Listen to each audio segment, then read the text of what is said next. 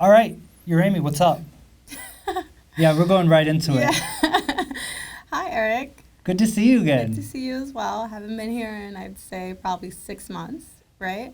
6 months? A little bit over. More than that. Yeah. So Right before I left. Was it? Let's see here. When did you leave exactly? January. Left in January. We were in June.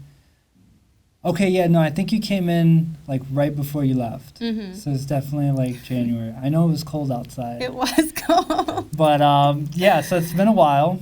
Glad to have you back I'm glad to be here. in the big city in New Thank York. you. So how was your trip? Wow. This could just be a one-word answer, and then we'll get into the specifics. Yeah, So. it was wow. It Wow, was definitely okay. wow. Excellent. I was gone for almost 6 months. Yes, Exactly. a long time. Yeah. So it was, people have been asking me a lot about this, right? Because I've been really active on social media, posting everything. Yes, I've noticed. I've taken notice. Yes. Kind of just documenting everything that I did in South America, but also what everybody's just curious. What I've answered regularly is there's no amount of money that they could have paid me to stay here to have the experience that I had. Oh yeah. While I was away. Seeing like your stories and everything like that, I was like jealous. I was like, oh man, like. Don't be look at jealous. that. It could also just be inspiration for a trip that you'd like to True. take. Let's or say an I was experience. inspired. Yeah. Let's say I was inspired. You can switch So it around. when I take my big trip somewhere and I'm gone for months, I'll be like, Yuraimi, that was all you right there. Yeah, I mean, it was a scary trip. It's kind of those things that people, a lot of times you have this fantasy of quitting your job. Yeah. And just packing your stuff and going. And then just going. And then that's what I did. But like, yeah, but like a lot of people are just afraid of doing that. Like they don't want to like, it's like, oh my God, if I quit my job, like what happens, all this. So they're always worried about like the consequences, I guess. But it's like, I mean, if you only live once. Well, I'm Buddhist, so I believe multiple times. Oh, okay, all right, there we go. But I think, listen, if you're trying to make something happen, you're going to get creative about ways of getting it done. Agreed. So I think you do things that are scary, and they're still scary. The scary part doesn't go away. It's whether you want to have that experience or not. I think that is the big. Oh, absolutely. Thing. Sometimes the scary part is also like the fun part.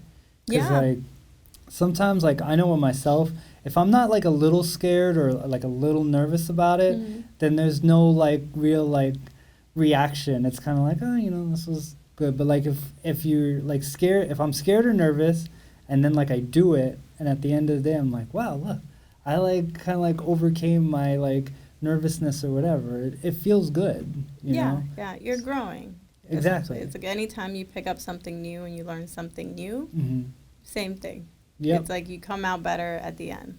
Totally. You picked up math, you didn't know how to count. Oh, I hate math. And now I hate math. I had to go to summer school for it in high school. But you did it. But you know it. You can count. True. Yeah. 1, 2, 7, 4, 11. There we go. Numbers out of order, but I can count a little bit. You can count. So, speaking of counting, you went to, 5 countries? 5 different countries, yes. All right. Which country did you start in? What was number 1? Costa Rica. All right, Costa Rica. So, where in Costa Rica did you go? I went to about 3 or 4 different places in Costa Rica. Initially San Jose. Okay. Then I went down the Pacific coast to Uvita. And then I went to Drake Bay, which is where I did a lot of Drake? Drake Bay. Yeah. It's called Drake Bay because the pirate Sir Francis Drake. Okay. Yeah, that's where he stashed a lot of his gold. Oh, okay. So it's very remote. It's actually, you need to take a bus to another bus to then like a little rickety boat to get there. And when I got there were a lot of like Nat Geo photographers. Oh, really? Okay. Yeah, because it houses about 5% of the entire world's biodiversity. Really? Wow. So it's a place where there's a lot of filming going on, like studying animals. Imagine. Yeah, it's a huge reserve. It's a national reserve for Costa Rica. That must have been interesting, like seeing a bunch of photographers there, because it's like, Cause like I'm like anytime I put on like Nat Geo and I see the shows, I'm like, wow, I wonder what it's like to be like a photographer, like shooting all that stuff. Yeah, there's a lot of heavy equipment. Yeah. Oh yeah, trust me. All this shit is about to knock over the table. All this shit is really heavy. So yeah, you got to be like really dedicated to your craft. And it was very rugged. It's probably the most rugged place I've ever been. And by rugged, I mean there wasn't a lot of infrastructure. Yeah. It was not like a touristy spot. The only reason you would go to Drake Bay is to get into Corcovado National State Park. Okay. Which is a huge park. And this is a park that there's a lot of study in because of the biodiversity in it. Mm-hmm. And it's also, Costa Rica is trying to be by 2021 or 2022, like a zero carbon footprint country. Okay. And so preserving these forests is like a huge thing for them. Yeah. Wow. Mm-hmm. That is really interesting. Yeah. So when you got done in Costa Rica, where did we head to next? Where did Carmen Sandiego go to next? So while I was in Costa Rica, I was volunteering there at the forest. Okay. And then when I was done volunteering there, which is probably the scariest experience ever. Why was it scary? Well, I was literally living in a tent for a few weeks in virgin rainforest. Okay. And I'm a city girl. Yeah, that can be. It was the most humid place I've ever been to in my life. Nothing would dry. Oh man, humidity blows. Yeah, a lot of animals and snakes and. So how long did it take for you to like get used to that?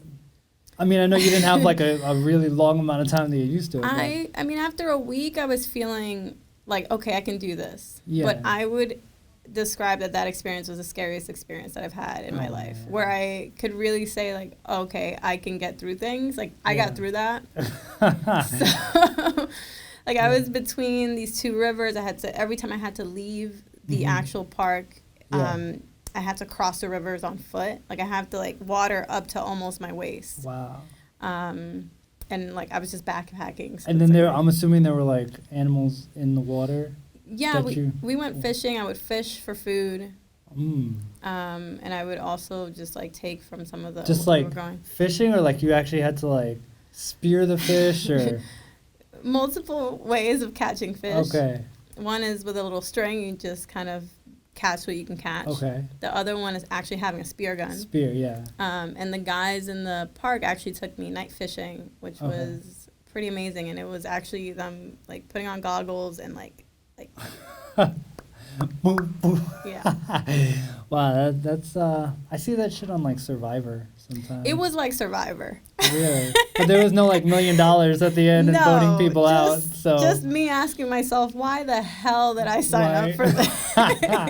But it's a good experience, you know. You had to learn. So now you can take that fishing and just like start like pop, pop, pop, like. Yeah, it was also really nice to get in touch with where your food comes from. Yes. Because we don't have that a lot here in the States. True. It's like chicken comes in this from. Like you just think of chicken like in the pack in the supermarket. Yeah. You don't actually think of it as like living and all that. Yes. So. Same with fish. We don't really know where our fish comes from. So no. It was well, we know it comes from the water, but you know, other than that. It gave me a new perspective and a new kind of appreciation for food. Yeah. I can imagine. Yeah, because they were limited. I ate a lot of plátanos and potatoes and things we were growing there. But you didn't like deep fry them and it's like. I had some oil and I would fry what I could. I did tostones, plantains, like fried plantains. There and you stuff. go. I know what tostones are. I had to get creative with some of the stuff I made, but yeah, it's gives you appreciation for food. Yeah, and then you come back here and it's like you have restaurants and everything all over the place. Yeah, so it's just like boom, right back to that. Yeah.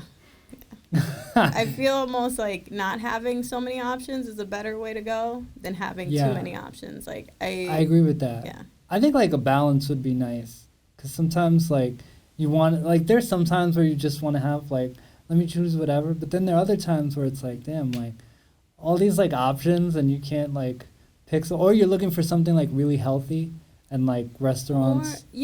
One thing since I've come back is realizing that I would have, like when I was gone, I'd have a craving for a specific thing and I'd eat that specific thing because there's not a lot of options. So I'm going to go for the thing that I want. When I got to New York, I realized, holy shit, I want what I want, but there's these other like sexy things that come up. Sexy things. Like, and by sexy things, I mean food, you know, like that are distracting. Like I want a salad, but somebody's talking about like something else, like ice cream or whatever have you. I just feel like I have too many options here. It's beautiful. It's beautiful to have all those options, but it also comes at a price because you end up bypassing what you truly are craving for something else that comes along. Yep, very true. So let's see here. You were in Costa Rica. Then where we go? If we're going down Central America into South America, where are we headed to next? Next, we went to Peru. Peru. Okay. Yeah. So where were we in Peru? So this is my third time in Peru. 3 times. Yeah. Third time's a charm. Yeah. I actually went to this place called Huancayo. Okay. So I landed in Lima, and I immediately the next day took a flight to this town at the top of the Andes in a valley in that. Not the top. You can't land at the tippy top of a mountain. But it's somebody will try it someday. Yeah. It's so Huancayo in Peru is the second highest elevation city in all of Peru. And it is a place that is, from a landscape perspective, it's very beautiful. It's in this place called the Mantaro Valley in Peru. And it's just rolling hills and mountains and lakes. And it sounds gorgeous. But then you get to Huancayo, the main city there. And it's a pretty decent size city. It's pretty big. But you also see how much they're in need of a lot of resources. A lot of the city is.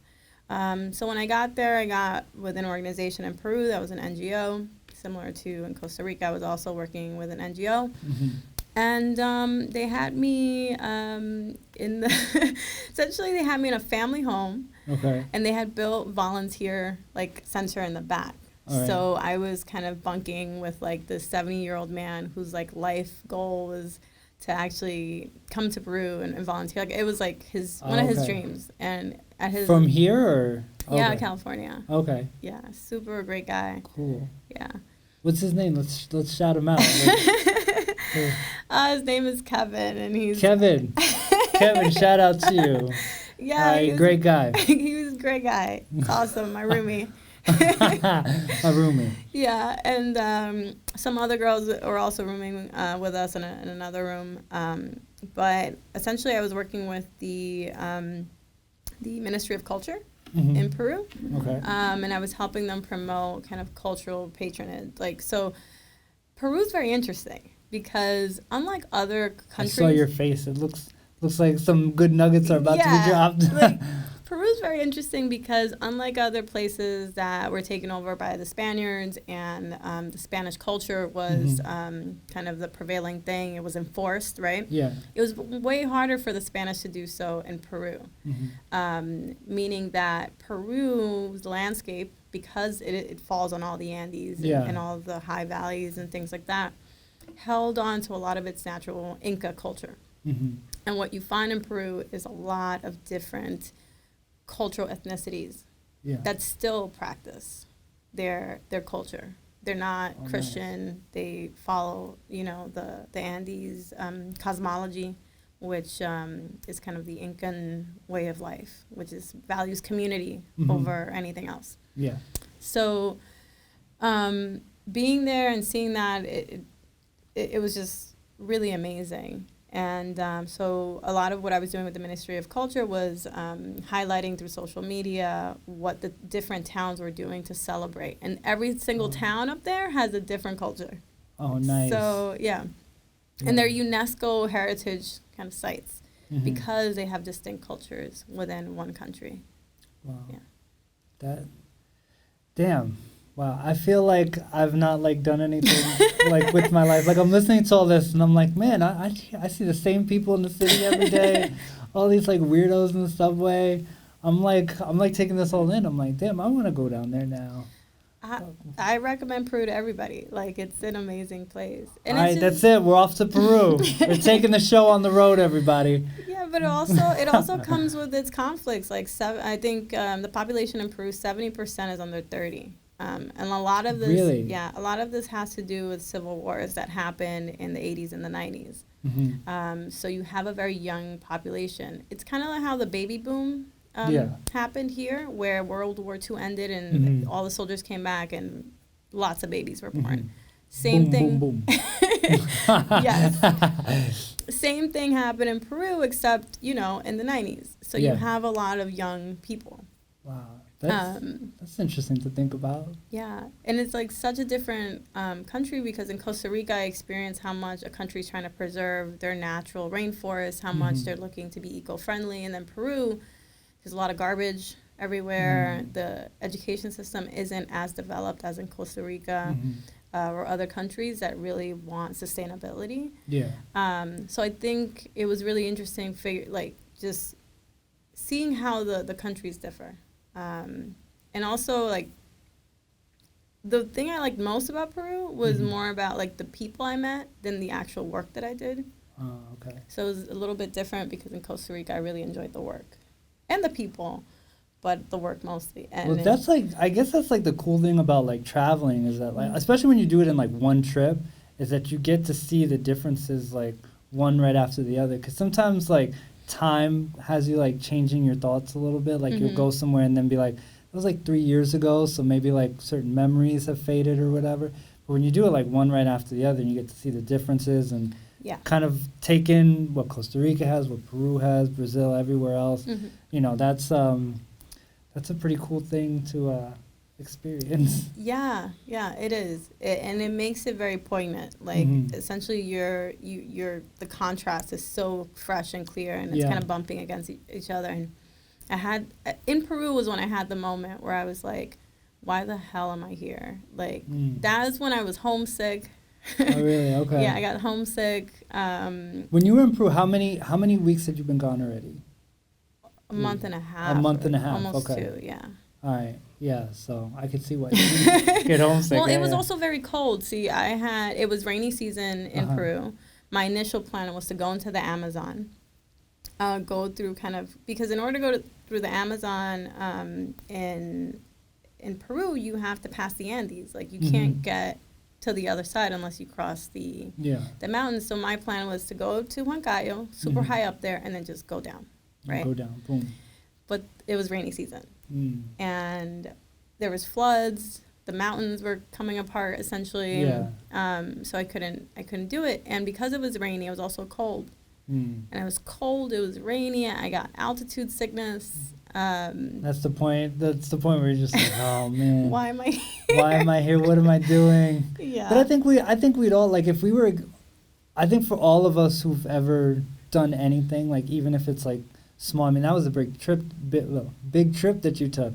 But like even if you're doing something small, everybody always has like that moment at some point where it's like you can either, push through or like you get broken, and like I was feeling like I was being broken. Really? At that point.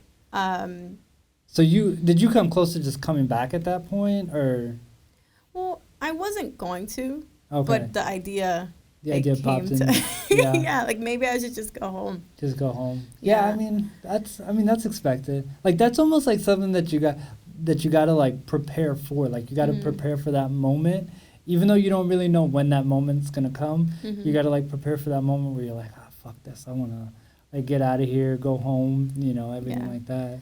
And that's the thing. I think people think that they're going to another country to volunteer, and it's going to be amazing, and they're going to have all this time off and stuff. Yeah. And you do have a lot of time off, and you do a lot of different things, but you're kind of still working, right? And you are in an unfamiliar place, and the repetition of having to do the same thing over and over again. If you don't like it, then it becomes a little bit like, why am I here doing repetitive things for a month when I was doing repetitive things at home? And I hate this weather. Yeah. So it's like, oh man, why am I doing this? What's going on? But I got over it. You pushed through. I pushed through. And it was more like the community. You know, I think that sometimes you reach a point where you're like, help. And I think I reached that point in my own mind. Yeah. And I knew that traveling, because I was traveling alone, right? So I knew traveling alone was going to do that to me. Essentially, you know, at some point, I'm going to have to face myself and the things that aren't so nice about me. But once I kind of was able to say, I hate this, like, I'm breaking down about this, and I kind of want to go home, it felt like everything around me changed once I accepted it. So then I met a lot of local young people. They have the Central University of Peru is in Huancayo. And I met a lot of young people doing amazing things, like this group of girls doing women's circles. Yeah, I saw that, yeah. Yeah, and since I am... It's like, boom, you go down to Peru and, hey, women's circles, there we go. Yeah, and since I'm involved in a lot of women's circles here in the city, I kind of just wanted to see how women were interacting in another place. And Peru... How is it different? Well, it's different because there's a lot of similarities, to be honest with you, because we're women and we tend to have the same issues. There is a flavor of being a Spanish woman, right? And there's even more pressure being Latina to conform to what womanhood means for the culture, right? To have kids, to be married, like even more so than any of my American friends, that's something that we deal with really poignantly. But in Peru, there was a lot of that. There was a lot of feminism. There was a lot of, like, we need to stand up for our rights. Because we think our rights are being, you know, played with here. Right? What we can do with our bodies as women here in the United States. But in other countries, it's worse. So it's amazing to see the fortitude that women have to speak up for themselves, even if it's not the majority of women, but at least the ones that have like a higher consciousness and want society to evolve, are the ones that are awake. In that sense, and awake. Yeah, they're awake. Because sometimes, you know, like life gets tough. You're a mom. You have things to do, and you're gonna grind it out and not think about. So just like focus on that, and then. Yeah. You know, you kind of takes you away from like those other things. the bigger things. And I met a lot of amazing women. Some women that I'm probably going to be my friends for life. Nice. They were working on the Women's March for International Women's Day, and I was helping them with that. They took me to these amazing festivals up in the Andes. We were doing like yoga in a eucalyptus forest. Oh, nice. We were listening to like local bands. We were like, just an amazing experience. Yeah. I could see it in your face. You're like, wow, that was so good. It was so great. That was so good. Yeah. So, did you do what else did you do in Peru? Anything else, or does that kind of sum up the Peruvian experience? So that was my time in Huancayo. At a certain point, the person who was actually putting together our itinerary for helping the community was like, you guys obviously hate it here because it's cold. Why don't you go down to Lima where it's warm? You guys hate it here. Get out of here. Go somewhere else. And I'm not going to say like we hated it. I mean, I can only speak for myself. It wasn't that I was like, fuck this place. But it wasn't like the nicest place to be in, and it was cold and all these things. Yeah. There's a lot to be said about that community. There's a lot of art and a lot of really beautifully talented young people. But we decided, our coordinator got in touch with a group of people that actually had a meditation and reflection park. Okay. And I was like, what is that? Because that sounds right up my alley. Oh, that's all me right there. Yeah. There we go. And she's like, hey, these people are trying to start a meditation park. Like, they have this area where people come for weekends, retreats, and things like that. Why don't you guys go down there and help them out? And, so we went, and disaster strike there. Boy. And I was like, I need to get the hell out of here. Well, it was disaster and also really fun stuff because we had. I don't know if I've heard disaster and fun in the same sentence ever, but yeah, me neither. Let's hear about this experience. Well, we went down to Lima, and we ended up having a situation where we were staying was kind of like a bungalow by the beach. Okay. We were like, this is baller. Like, this is awesome.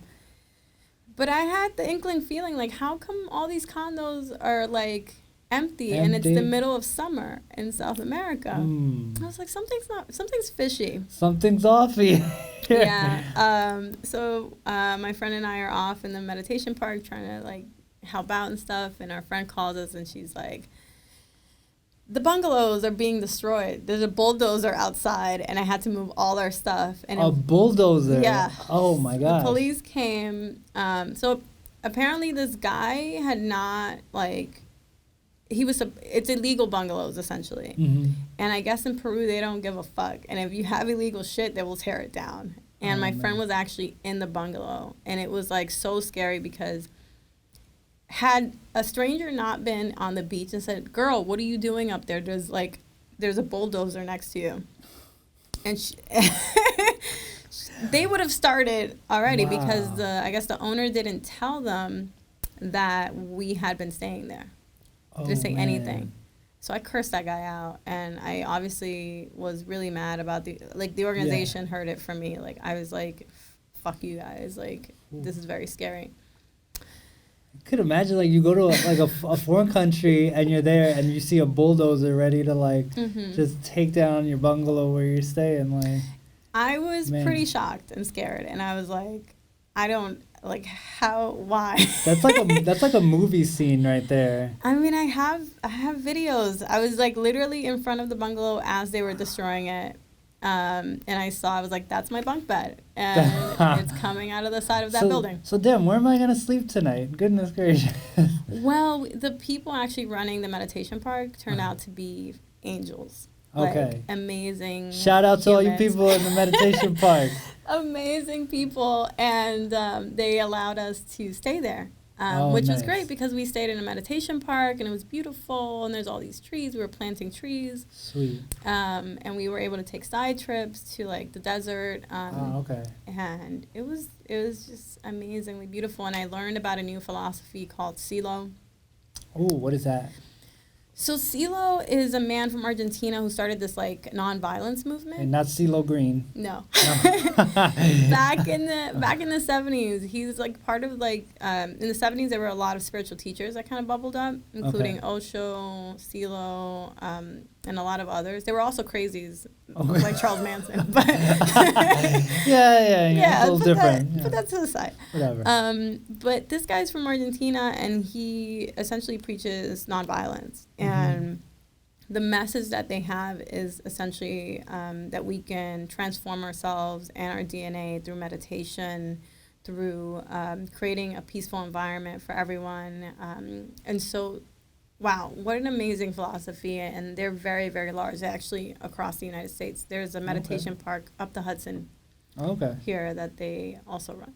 Oh, nice. Yes, I'm looking forward to going there. Oh, you haven't gone there yet? Mm-mm. Oh, okay.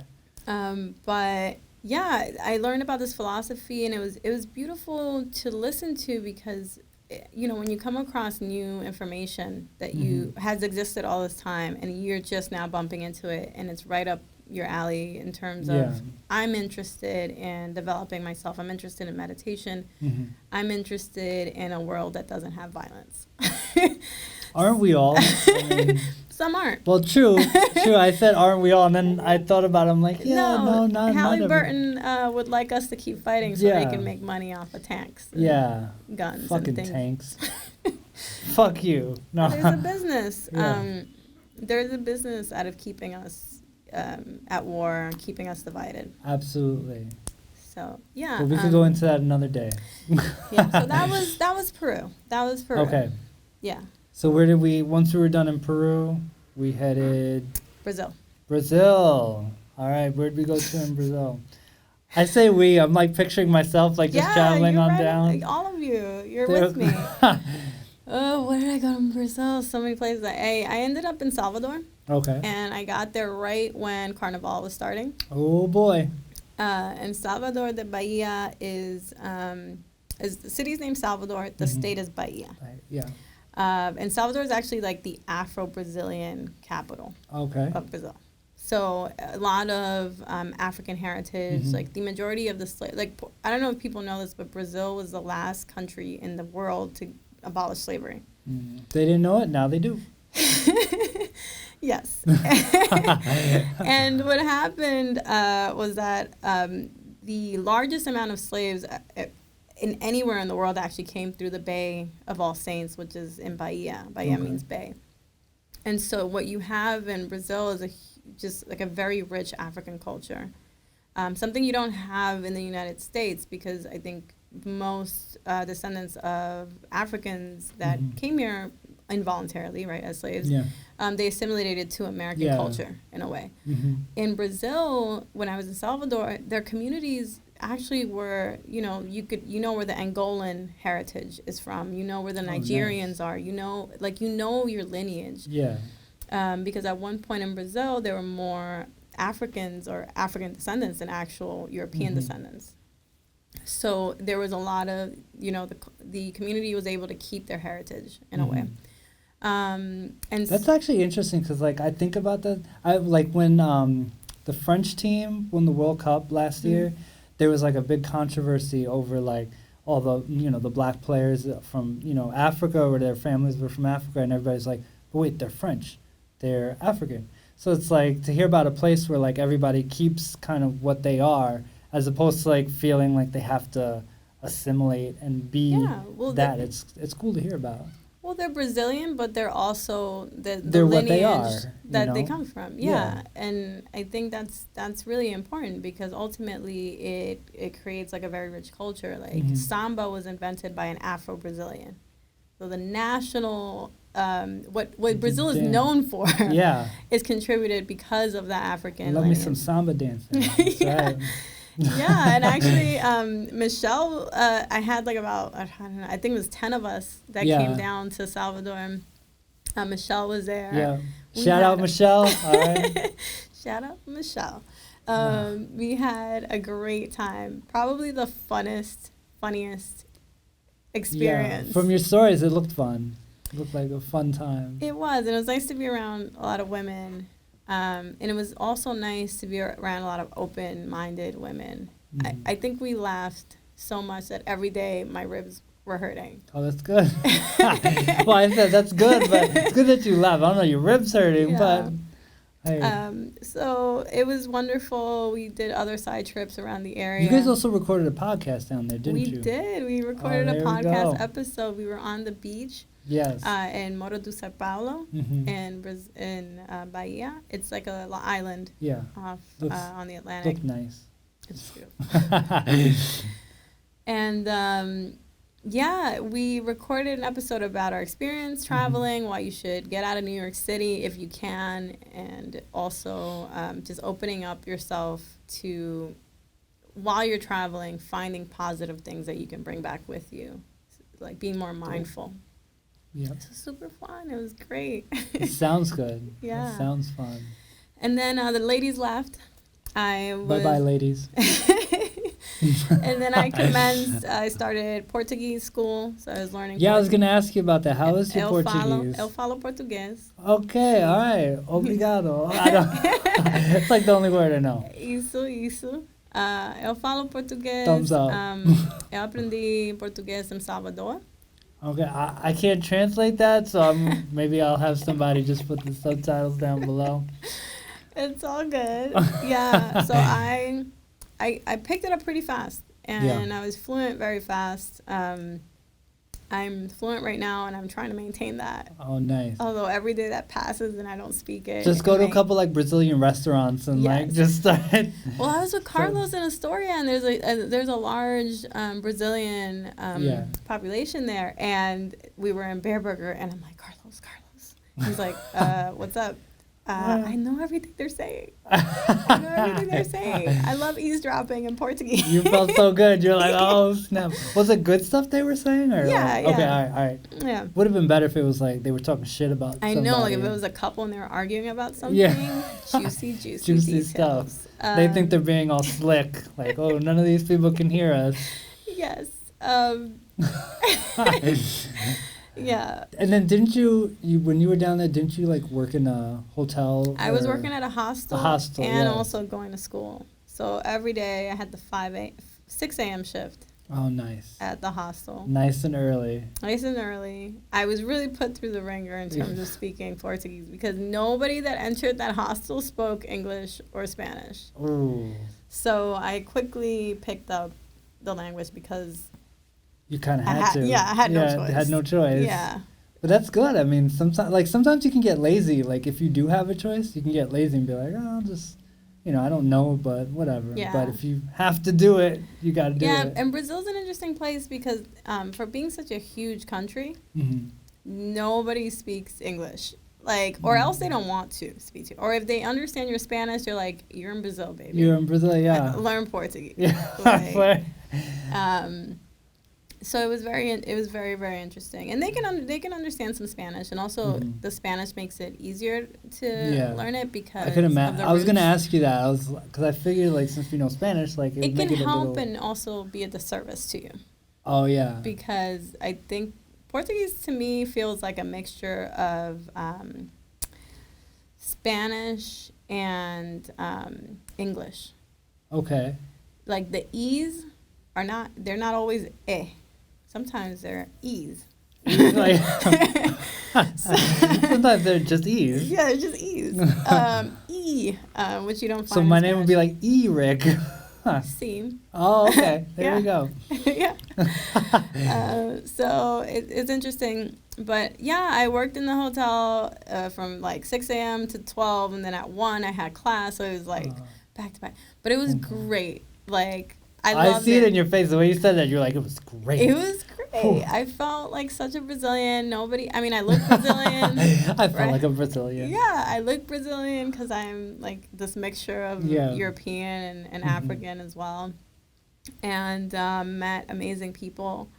And really like connected with everyone. Brazil's just like, it has this infectious energy to the country. Almost like you can't help but have fun. Yeah, that's the impression that I get. Like, I've never been there, but my family went there, and, like, they had fun down there, and, like, anything that I've ever seen, it just looks like a fun place. Yeah, it has that energy. You know what's interesting? I was at one of their museums, their lighthouse museum, and it was talking about how when the Europeans actually encountered the Native Americans in Brazil, they said that they were lustful people. And I was like, wow, that is so interesting. What does that mean? And it essentially means that they just wanted to have fun. Like, they were always looking for, like, the sweet things. They liked honey. They were lustful. Not just sexually, but, in terms of like the way... for life in that sense. Yeah, they had, like, a zest for life. Which I think is very interesting. And I think the energy of the land probably, creates that somehow. I think we need a little bit of that here, like maybe not just a little bit, maybe a lot. Yeah, and I felt also like very. It's interesting, like very sexy there, and I realized, and we talked about this on the podcast too, Michelle and I. It's like, it's not a big deal to like be almost naked in Brazil. It's just like, got a body, cool. Yeah, like, there it is. I'm gonna show it off. There it is, and nobody's like harassing you, like, hey, baby girl, come here. Like, genuinely, it's like, oh, cool. Like, you're embracing your sexuality, nice, your sensuality, like not sexuality. So it's more like a thing where it's like they see it like, oh, dope, Yeah. As opposed to like here where it's like you walk around like if a girl wears a certain thing, it's like guys. It's not as judgy. Guys like, yo, ma, what's good? Like. Yeah, and the girls would, here are like judgy. Like, oh, well, who does she think she is? Why is she wearing that? Yeah. Why is she wearing that? Oh. Yeah. And Michelle and I talked about it when we recorded our episode in Brazil, but we do need some of that like zest and sensuality here in the States, and not make it so taboo. I feel like sex is sold heavily to us, but it's denied to us. Yeah, like, I would agree with that. I would 100% agree with that. Yeah. It's such a weird thing. Yeah. Because it's almost like it's being sold to you in a way that you're not supposed to enjoy. You're not supposed to enjoy this. Yes.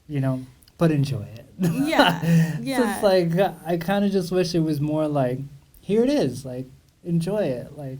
Yeah. There you go. It's like, you know, we have all these models and, you know, the Kardashians and things like that, and all these people who are, you know, selling sex to us in a way. And every commercial that's like geared towards the man usually has like a hot blonde in it or something like that. I prefer brunettes.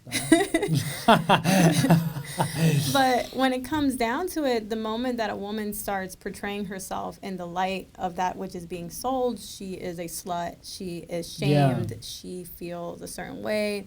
You can't marry her. You know. I know that's fucked up. I don't like that at all. Yeah, so it's an interesting mix.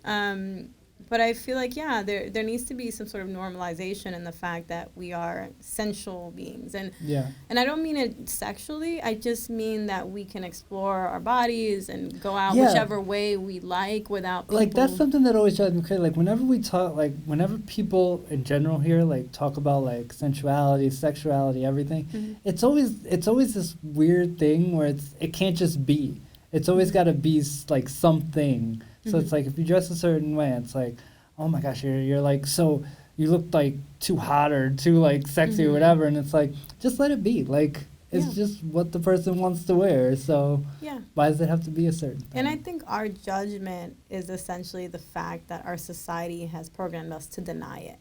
Like, because what is the problem with someone coming in here with a tube top and a very tiny shorts, right? Like, nothing wrong with that, but your reaction is to deny it, to block it, to judge it.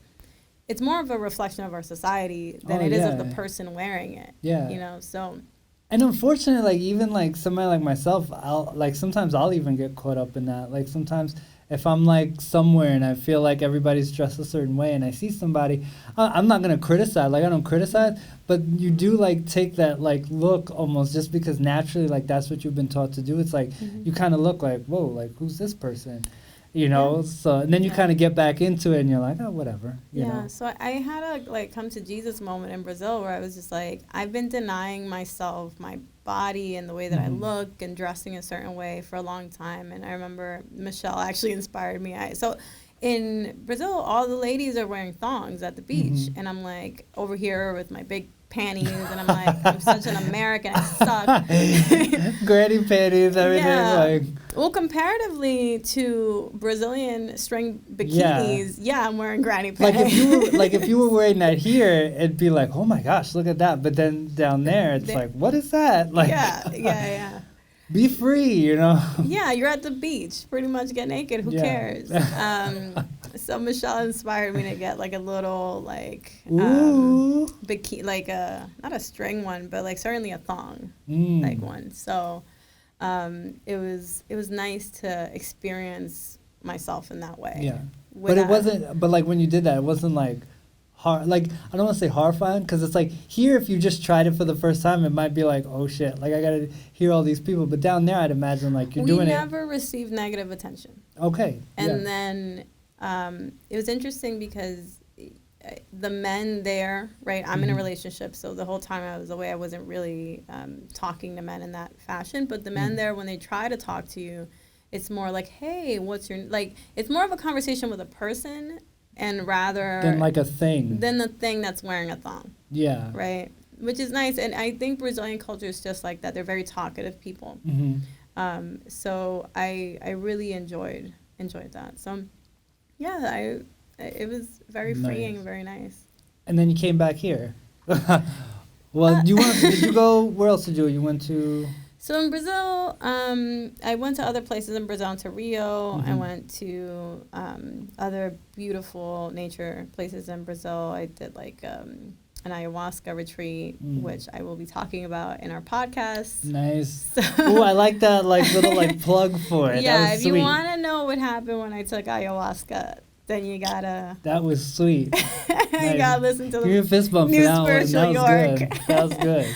Yeah, so New Spiritual York will have that experience later this week on there. But then I went to Argentina. Okay.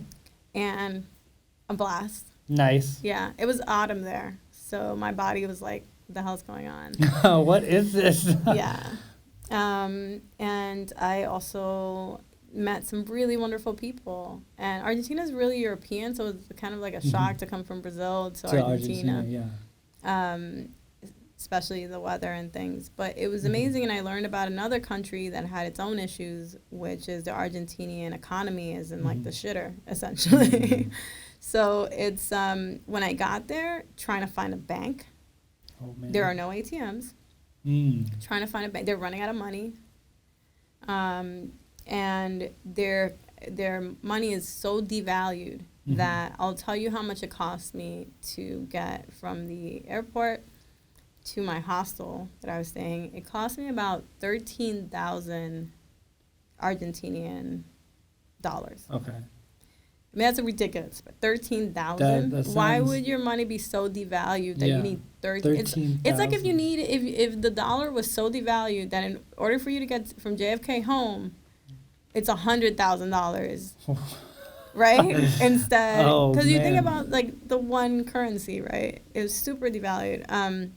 So there were a lot of people protesting in the streets about it. There was like a government shutdown. All types of stuff was going on. And I found it really interesting to understand the Argentinians' point of view and their side of things, especially since Argentinians get like a bad rep in the like Latino community that they're Europeanized and all this stuff. Yeah, definitely. But it was really cool, and I went to the cataracts of Iguazu Falls. Beautiful, nice, gorgeous. And had a blast. And I took a tango class with my friend. Ooh, tango. Yeah. Look out. So you're going to be dancing tango, speaking Portuguese, all that good stuff. Yeah. So it was cool. So you did all that, and now you're back here. I stopped in Colombia first. You stopped in Colombia, yes. Okay. So from Argentina, I flew to Colombia. One other spot. There we go. Yeah, and that was really cool because it was very Caribbean culture. Somewhere, I was in Cartagena. Okay. So similar to DR, but I just relaxed there. I really didn't explore. I was just chilling. That was just like relaxation. Yeah, my boyfriend met me in Colombia. So he essentially left me in Costa Rica, met me in Colombia. He was like at the drop-off and the pickup. So I'm like laundry. That's funny. It's like laundry. Just drop me off there, then pick me up there. Yeah. You know. Then in between went all these places, but yeah.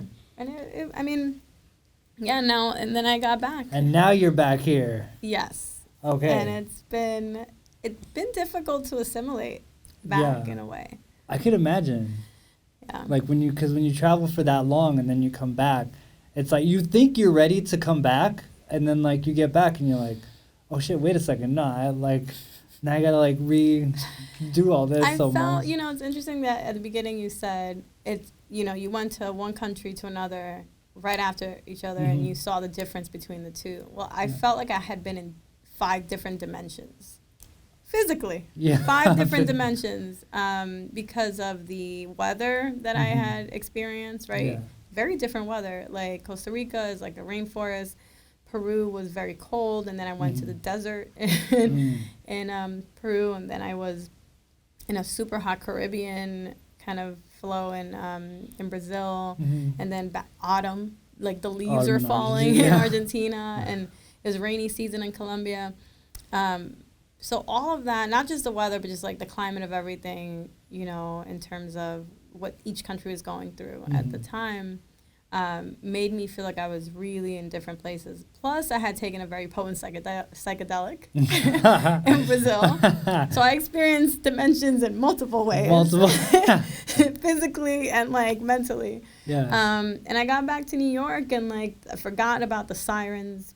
Forgot about the noise. I was very sensitive to everything. I actually didn't tell anybody that I was back. I surprised my mom and stuff. And nice. Because I needed time to kind of just calm down. But yeah, it's been extremely joyous to be back because I feel a completely changed person. Like, nice. Just not the same person I was when you last saw me. Oh boy! Oh man! I look the same. Look the same, but the inside totally different. And I'm seeing my old patterns and the stuff that I left here, right? Because you can try to escape from something, Yeah. Right. But, and I don't think that what I was trying to do was escape by leaving. Mm-hmm. I think I was trying to come out the other end of whatever the hell it was that I was going through. Yeah. And I felt that putting myself in different situations, helping out a community and things like that would help me face myself, at least accelerate my growth. Your growth, yeah. And I think that being back, now I'm seeing I left these patterns here. Mm-hmm. And I'm seeing how, like, the walls are clashed. Like, I'm so aware that they're, like, negative patterns that I'm just kind of dropping them. And, like, my life is just, like, changing. Like, there's people I see it in your face. Like, yeah, like, there's people that, you know, you leave and you have a realization, like, there's people you shouldn't talk to. There's things you shouldn't do. And not just because of shoulds or should nots, but because they genuinely don't bring you joy. Mm-hmm. They don't create, they don't help you facilitate who you're trying to be. Yeah. And I feel a lot of that just leaving. Mm-hmm. and bye-bye. Bye-bye, everybody.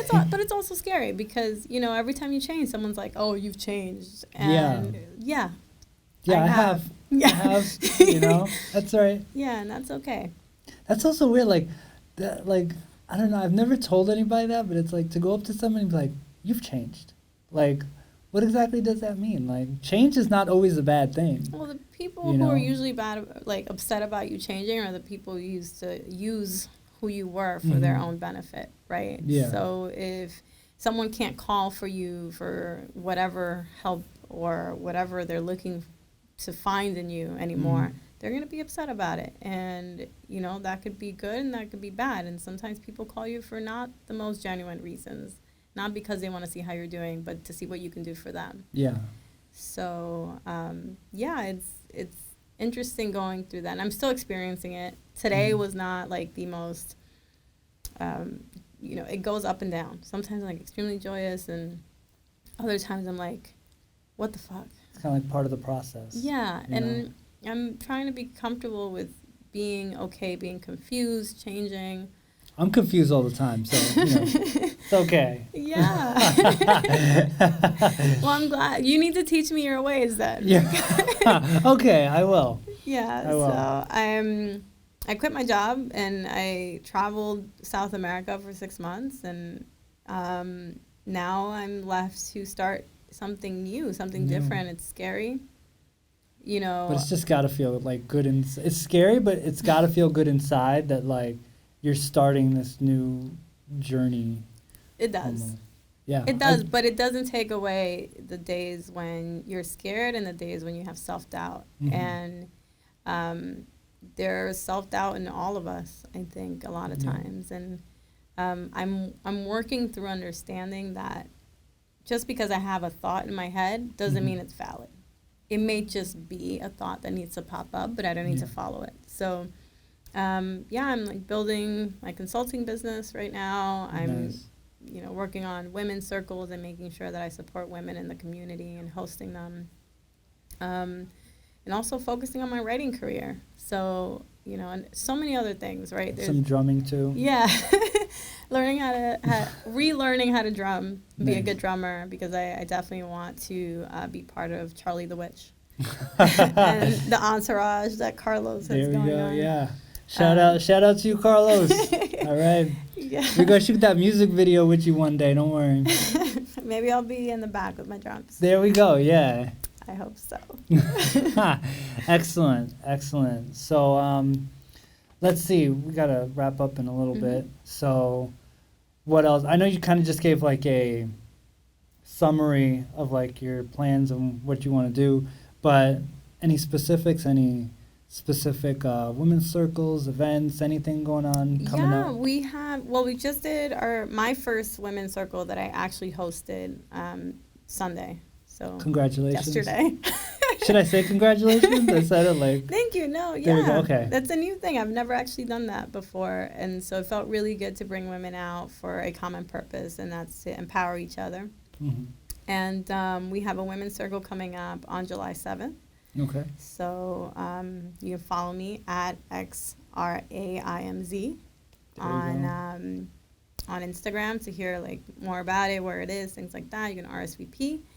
And then in terms of like New Spiritual York, our podcast, I think Michelle and I really want to elevate it this year and really want to push through. So we're definitely going to be recording more, doing some events. We're actually doing a party in July that we're planning. You will get that invite.